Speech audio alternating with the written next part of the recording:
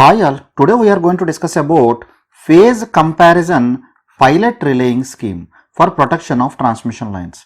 So in this scheme, the phase difference between the fault currents at both the ends are compared for making the decision. So how this will help? So let us take for example, I am taking a transmission line, there a bus bars are there, here there is a bus bar A, there is a bus bar B. So here two relays are kept in both the ends. Let us assume the directional relays are kept here. Here the directional relay is kept in such a way that relay at this position will sense only if the fault is in this direction, and at position number B I will set a relay which will operate in this direction.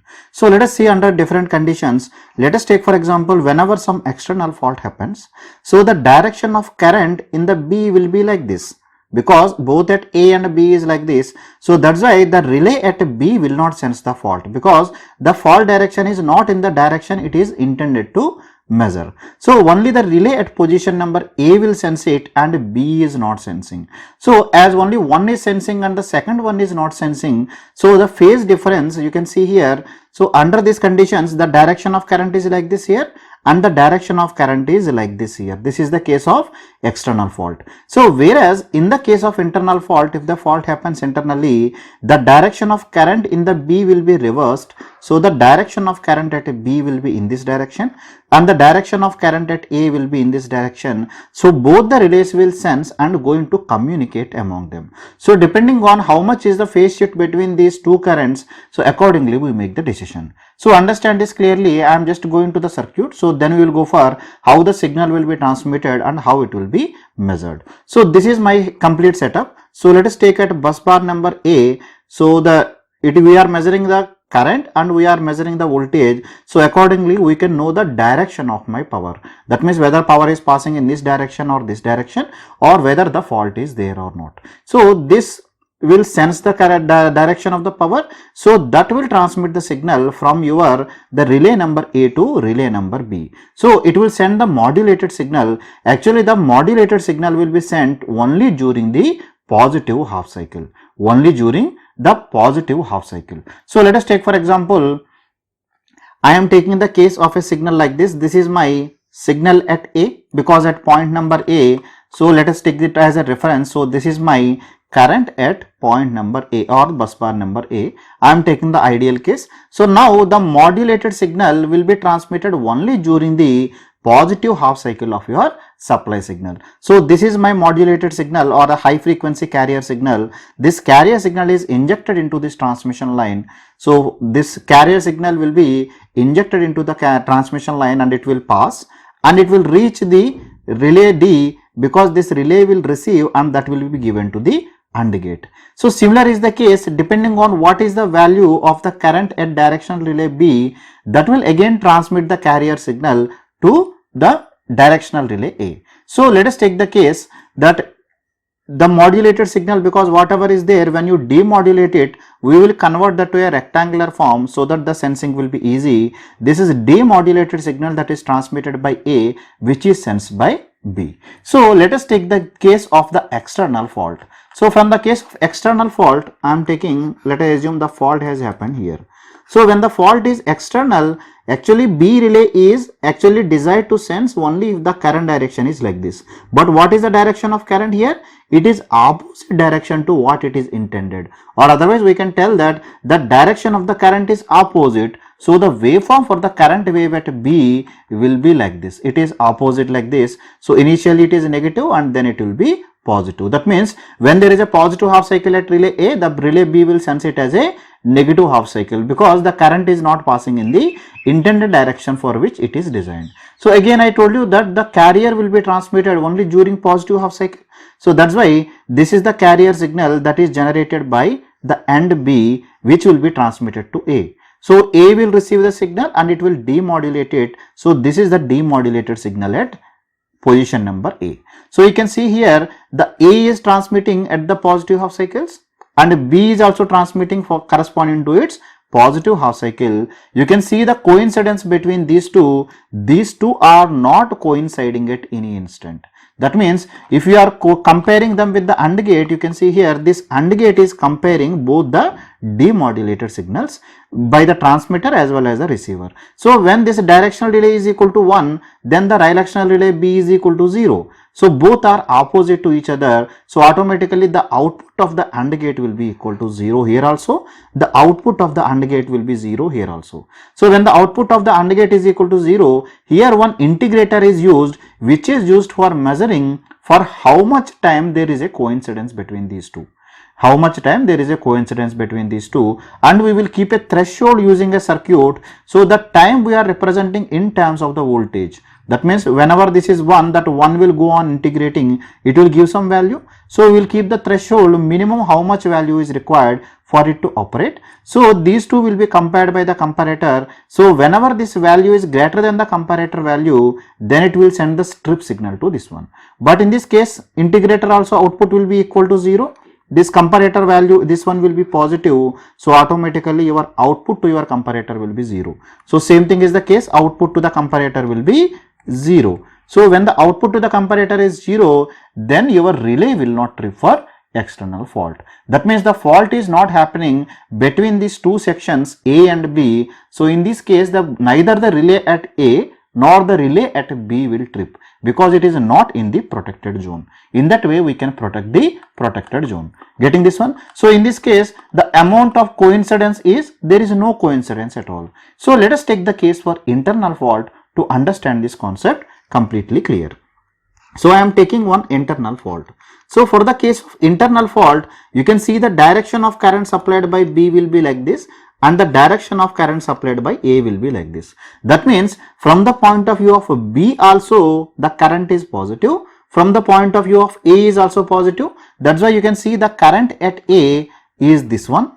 So because of this, the modulated signal is transmitted by the signal from the sending end A. This is my modulated signal. So this modulated signal will be received at your bus bar number B. This is at received here, and it will be demodulated. Demodulated means it will convert to a rectangular signal. So it is converted to a rectangular signal. You can see here, this is demodulated, converted to rectangular signal. So similarly, the relay at B also will generate the signal. So when it will generate the signal corresponding to positive half cycle, because the current direction is as per the set direction of the relay B only, and that too it is a fault current. So that's why it will send the modulation signal like this to both the carrier A as well as the AND gate at relay number B. So this will be demodulated. When it is demodulated, you will get the rectangular wave like this. You can see here the coincidence between these two things. That means the demodulated of signal A sent by A, and similarly demodulated signal sent by the relay at B, both are coinciding with each other. So if you are comparing the AND gate, the output of the AND gate will be, coincidence will be there for 10 milliseconds. After that it is off for 10 milliseconds, again on for 10 milliseconds. So this will generate a pulse for 10 milliseconds at your AND gate. So what is the meaning of this one? So this also will be 1, this also will be 1. So your output of AND gate will be equal to 1. For how much seconds it will be there? This is on for 10 milliseconds. So same thing is the case. This is also 1, this is also 1. So output will be 1, this will be for 10 milliseconds. So this integrator will integrate corresponding to 10 milliseconds, some voltage is generated. It will compare against the threshold. As this integrator output will be greater than the threshold, so the output of comparator will be 1. So your relay will trip. So same thing is the case. Whatever is the integrator value is there, this value is greater than the comparator value. It will send the signal 1 to the trip circuit. So your relay will trip. So the relays at both the ends will trip simultaneously. The advantages we have already discussed in the last class. Because of that, the deionization process will speed up for the transient faults. So the transient faults will disconnect at a faster rate. So we can go for the reclosure of the circuit breaker so that your system stability will not be disturbed. So in this case, this is the ideal case, because we are assuming that the phase shift between the currents in the both sides is equal to 0. But practically that will not be the case. That means this coincidence period of 10 milliseconds for 50 Hz signal. Because for 50 Hz signal, how this 10 milliseconds came? This came because your supply frequency is 1 by 50. So 1 by 50 is corresponding to 10 milliseconds. It came from there, right? So ideally the difference is 0 degrees for external faults and 180 degrees for the case of internal faults because the current direction is reversed. In practice, this will not be 180 degrees, there will be plus or minus 30 degrees phase shift will be there. How the phase shift comes between the sending end and the receiving end of the signal is the phase difference between the EMFs at the two ends of the protected line. This will be one reason, because in a transmission line no two voltages will have same value of the delta. So because of the difference in the delta only, the power is passing from one end to another end. This is already studied in power systems. So because most of the lines are double-ended lines. So the next one, the through current being added to the fault current in one end and subtracted at the other end, because one side whatever the current is supplied to the load, actual current that is passing is adding to the fault current, and in the another bus bar the fault current is in opposite direction to the normal load current. So because of that also some phase difference can come, and the phase difference can also come due to errors produced by the CTs, and the phase difference can also caused by the transmission line capacitance. So because of the transmission and capacitance only, the phase shift of up to 10 degrees will come in practice, and the propagation time of the carrier signal to travel from one end to another signal, because that AND gate is comparing two signals. So the signal is generated immediately at the carrier A, for example, and carrier B is transmitting the signal over the line. It will take some time, then only both can compare. So accordingly the coincidence period will come. You agree with me? So because of that, the difference in the phase shift will be nearly equal to 0.06 degrees per kilometer. So depending on how much is the distance, the angle will come. We know practically the transmission lines will be hundreds of kilometers. Accordingly the phase shift will come. So even if you consider these two things, neglecting all the remaining things also, the angle may go nearly up to 30 degrees phase shift will happen in practice. So let us take for example, there is a 30 degrees phase shift. So in that case, the coincidence period for the case of internal fault will not be equal to 180 degrees. That means not one complete half cycle. It will be there only for 180 degrees minus 30 divided by 180 degrees. So this will be equal to 180 minus 30 divided by 180 into 1 divided by 50. So this will be equal to 16.67 milliseconds. So what is this one? Let us assume the pulse at the sending end came like this. This is my pulse at the sending end, which is given to the AND gate. Let us assume the pulse that is transmitted from the receiving end, because of the effect of the capacitance and other things, the waveform that is received is like this. Getting this one? So as a waveform that is received is like this, you can see here the coincidence period will be only this much period there is a coincidence. Agree with me? So how much there is coincidence is not there, this much angle. So this angle I am telling is equal to 30 degrees. That means the output of your AND gate will be on only for this remaining duration. So this duration will be equal to 180 minus 30. So for 150 degrees, the output will be equal to 1. Accordingly, your integrator will integrate. That means we can tell that it will come to 16.67 milliseconds. So for the case of external fault, the coincidence period as per the ideal case should be equal to 0 degrees. That means it should not coincide at all, but practically because of this phase shift, there will be some coincidence period in that case also, because ideally it should be 180 degrees, but practically some phase shift will be there.